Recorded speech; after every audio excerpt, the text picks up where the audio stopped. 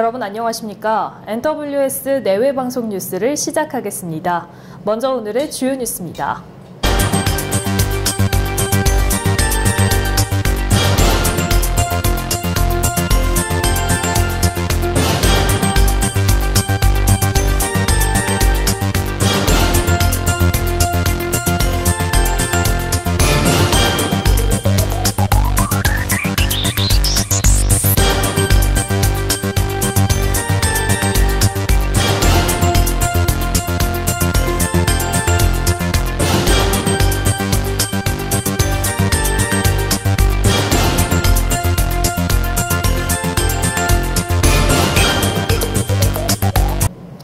국회 정상화를 논의하기 위한 3당 원내대표 간 회동이 이견을 좁히지 못한 채 또다시 합의에 실패했습니다.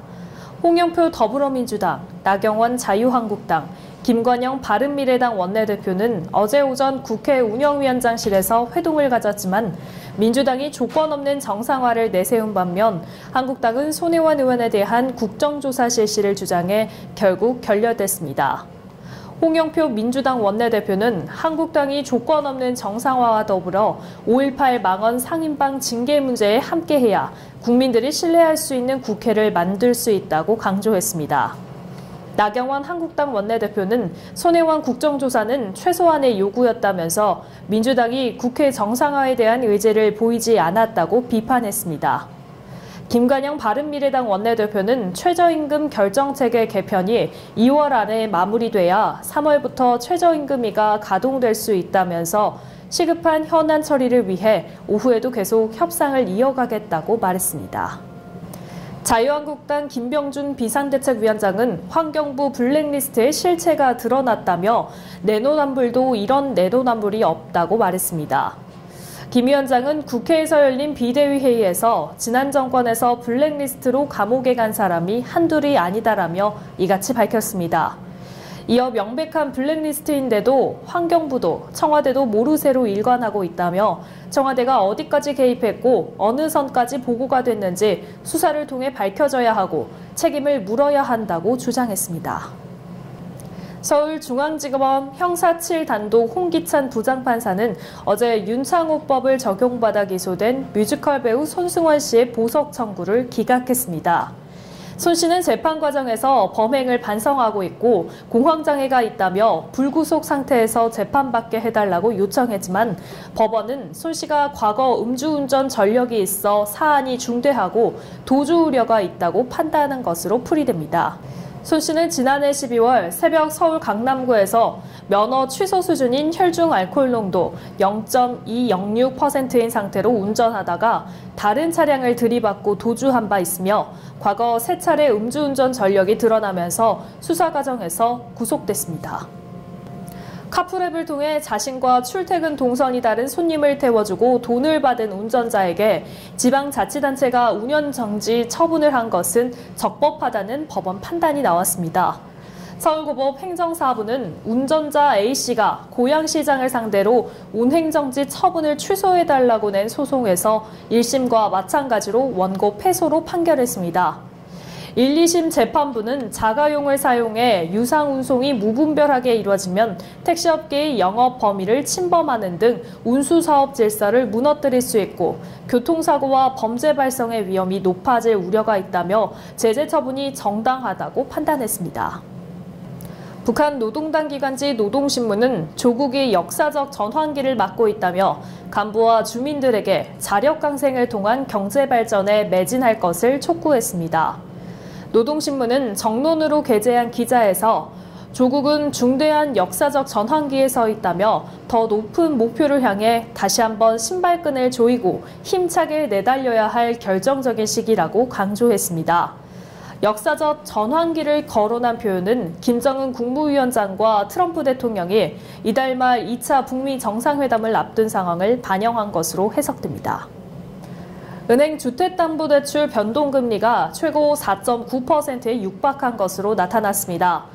은행권에 따르면 KB국민, 신한, 우리, NH농협은행 등 주요 은행의 잔액 기준 코픽스 연동 주택담보금리가 일제히 0.02%포인트씩 올랐습니다. 이는 은행연합회가 지난 15일 공시한 1월 잔액 기준 코픽스가 2.01%로 전월 대비 0.02%포인트 오른 데 따른 조치로 코픽스가 2%를 넘은 건 3년 5개월 만입니다. 지난달 농식품 수출액이 신선 농산물 수출 호조에 힘입어 1월 기준 사상 최대치를 기록했습니다. 농림축산식품부는 지난 1월 농식품 수출액이 1년 전보다 5.9% 증가한 5억 7,600만 달러로 집계됐다며 이같이 밝혔습니다. 딸기와 인삼, 김치 등 신선 농산물 수출액이 1억 2천만 달러로 1년 전보다 14% 늘었고 음료와 라면 등 가공식품도 4억 5천만 달러로 3.9% 증가했습니다. 그룹 방탄소년단이 지난해 외국인들이 역직구로 가장 많은 앨범을 산 가수인 것으로 나타났습니다. 이베이 코리아가 운영하는 국내 최대 역직구 플랫폼 글로벌숍에 따르면 음반을 구매한 5명 중 1명은 방탄소년단 앨범을 샀다고 하는데요.